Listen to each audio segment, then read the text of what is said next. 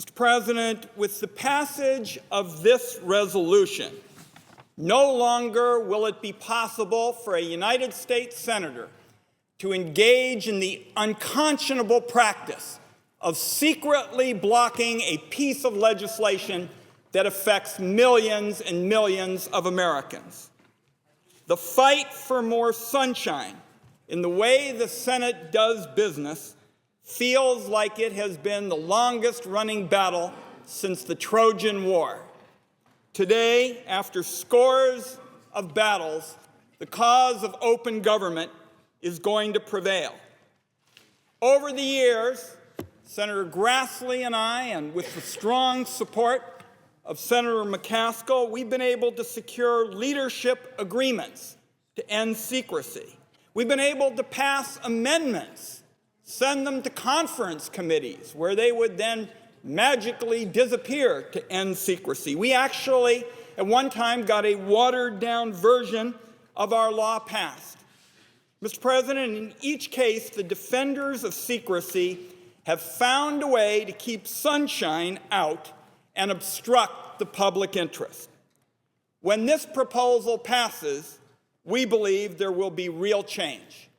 And there are three reasons why we believe our bipartisan proposal to end secret holds will be different from previous approaches. The first is that now, with any hold here in the United States Senate, there would be a public owner. Every single hold would have a United States senator who was going to be held accountable for blocking a piece of legislation. Second, there would be consequences. In the past, there have never been any consequences for the senator who objected anonymously. In fact, the individual who objected would usually send somebody else out to do their objecting for them, and they would be completely anonymous. Essentially, the person who would be doing the objecting would sort of say, I'm not really involved here, I'm doing it for somebody else. So the entire Senate lacked transparency with respect to who was actually responsible. And third, the Wyden, Grassley, McCaskill proposal would deal with all holds, whether they reach the point of an objection on the floor or objected to when the bill or nomination is hotlined. Our approach requires objections to a hotline to be publicly disclosed, even for bills or nominations that never get called up on the floor.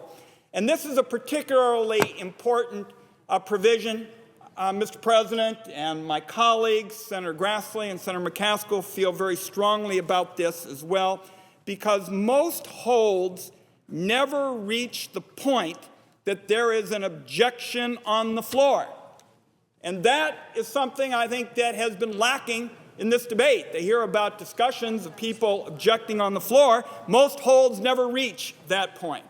Typically, what happens is that a United States senator who objects to a bill or nomination tells the senator's leader that the matter shouldn't be allowed to come up for a vote, and then the leader objects to bringing up the bill when it is hotlined. Because of that objection, the bill or nomination never actually gets called up on the floor. That type of hold effectively kills the bill or nomination long before it gets to the point of an objection on the floor. So we want to make it clear that this is an important distinction, and that for the first time we wouldn't just be talking about objections that are made on the floor. I see my friend and colleague, Senator McCaskill, who has crusaded relentlessly for this. Senator Grassley and I said, Senator McCaskill, we sort of feel like we've been at it as part of the longest-running battle since the Trojan War. Your energy has been absolutely crucial in this fight. And I would also point out, Mr. President, that I think we know that the defenders of secrecy will always try to find a way around anything that passes. We think we have plugged the holes here. We think we finally made the crucial differences, but the fact that you have been such a relentless watchdog for the public interest, an opponent of secrecy, has just been a tremendous contribution. I thank my colleague from Missouri and welcome her remarks.